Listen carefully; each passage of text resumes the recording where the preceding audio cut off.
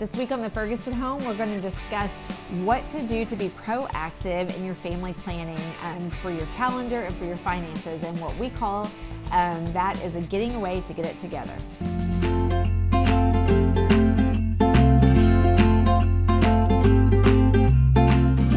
Hey, welcome back to the Ferguson Home. We're so glad to have you back with us in our home again today. And Barry and I are excited to share with you something that's been instrumental in our marriage. When we first moved to Austin, Texas, we had a mentor couple that shared with us that we needed to take 3 days, 2 nights every year and get away, leave the kids with the grandparents, figure out logistics for them, and to do a planning retreat. And I had just never heard of that before for a family. I had heard of staff retreats for work or for the church. I had heard about marriage conferences, but I'd never heard about a couple getting away to get their act together and plan and be strategic about the coming year. Yeah, and I'm so thankful though that we did learn about it, and it's probably been one of the most life-giving and helpful tools that we've had used as a family. Yeah. And so now, we've been here in the Austin area about 13 years, and every year we have done a getting away to get it together weekend. And so we want to encourage you some of the things that we've learned about how do you plan a getaway weekend for strategic planning for your family in a way that is really helpful to your family and just makes a big impact on your whole year. And so if you haven't subscribed to the Ferguson Home, we encourage you to subscribe to our YouTube channel, and we love to hear from you. Send us a note. Please share this with your friends and get the word out that our heart's desire is that God would use us to be help to you as families. So yeah, absolutely. And as we start this video, we do need to give props that even before our mentor, this whole idea, this plan for a getting away to get it together weekend came from a man named Bill Wellens. Yeah. And he was a pastor in Arkansas, and he wrote a little book. I think it's out of print now, but you can find used copies of it still on Amazon that has detailed questions and plans and things to go through. But we want to give you just some suggestions and things we have found helpful as we've done our own getting away to get it together. Yeah, the first thing that's, and I want to say too, if you are parents of young kids. We started this when we only had 3 at that time, and our third one was a baby. In fact, we had to take him because I was nursing him. And so you are at the prime stage to start this. So don't just tune us out thinking, oh, we're not there yet. I don't care if you have a 2-year-old. It is good to get away and start planning. Absolutely. So first thing I would say that is helpful is that Keith heads up really planning the date, talking to his parents. He helps to arrange the childcare, which is such a huge win because that can seem really overwhelming. So you do it together to plan the childcare, but you really take a lead on that, and I've been blessed by that. So he plans the weekend, he plans the childcare, he reserves a hotel, and I just have to show up. It's awesome. No, yeah. I do a lot of prep too, but that part's really helpful. Yeah, so my challenge to you husbands out there is this is one of those retreats where you don't say to your wife, yeah, you figure it out and figure out the kids and figure out the logistics and then I'll show up. You take the lead on it, just like you would for your work or for your profession, your career, to say, hey, you're going to invest in strategic planning for the future. Do that for your family, and you'll see great benefits from just investing in this. And so, as Barry said, you want to leave the kids with somebody, with the grandparents, with aunts and uncles, with a family friend, somebody that can watch the kids, and get away and be gone, like we said, for 2 nights, book 2 nights away. There's a couple of things that are just going to be priorities while you're away that we want to talk through, okay? Yeah. First of all, have fun together. Put things on your list that will make you laugh, that you'll enjoy together. And like Barry said, we've had babies with us that she's been nursing when we've gone, but you can still find activities that you can do as a couple, even if you have a newborn with you, where you can go and you can laugh together and you can relax and you can rest. Yeah, go to David Buster's and take your baby and play and bowl or, do something like that. But I want to say a couple of really important pieces. When you book your hotel, you want to book a hotel, especially if you have a baby that you're nursing. You want to book a hotel that has like a living room section, like a suite. A suite. So we really like if you can afford the embassy suites. That's kind of our splurge if we can do it. Or sometimes we've done Airbnbs, I think even. But you want to do something that has one area that you can spread out all your planning stuff. So the embassy suites always has a desk that both of us can fit at.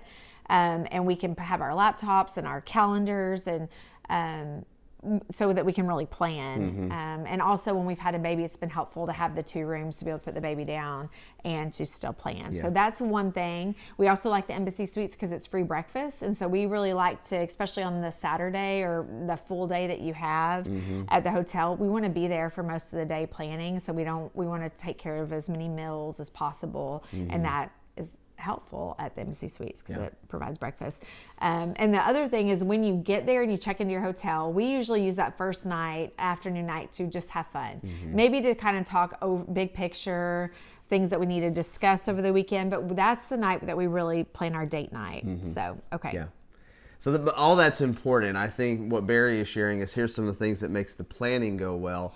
I think by nature, I'm a planner, and I would love to just get away and just work on logistics the whole time, and work on the budget and the calendar and the planning and the visioning and all that.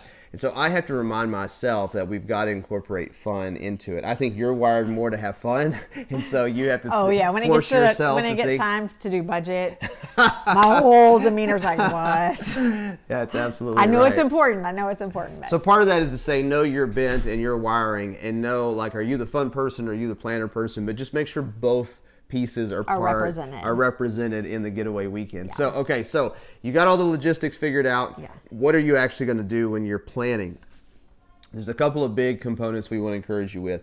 First, you want to pull out a 12-month calendar, and you want to look a year ahead, because if you're doing these once a year, then you want to think through the next 12 months, right? Big picture. And you really want to talk about those big pieces to your calendar for the next 12 months. You want to talk about vacation as a family. When are we going to get away and get a break? You're going to talk about anything the 2 of you are going to do as a couple that you need to put on the calendar. And do that. That's really important to put that on the calendar. Your kids will be okay. Some of the things that are very anniversary important. Trip. Something that you need to get away for, or if you're going somewhere on a work trip and your spouse is going with you, or whatever those logistics are, just put that on the calendar so that you can see that. Obviously, kids' activities, and as your kids get older, they've got more sports and school activities and trips that they're doing. You're going to put all those things on the calendar as well. We always make sure to have one family vacation, and I want to encourage you, that does not have to be a Disney vacation. We have always used like a timeshare type deal, and so where we just pay the trade-in fee, and so we don't spend a ton of money. We make all of our own meals usually when we go on family vacation, so you can do it cheap, but it's important for your family unit to get away, even when your kids are young, and especially as they get older as teenagers, that you're away from the noise of home life, because all of our kids have friends that are amazing friends, but trying to get all of us at the house at the same time without being distracted is hard. But when you get away for family vacation, you just get to bond together. So I would really encourage that. Yeah, that's important. Other things you want to put on your calendar, if you have work stuff going on, work trips, make sure those are on there. If you have things that are personal to you or to your family, and so maybe you got family reunions, or you've got a girls trip or a guys trip, or other things you're trying to put on the calendar, you put all that stuff on the calendar ahead of time.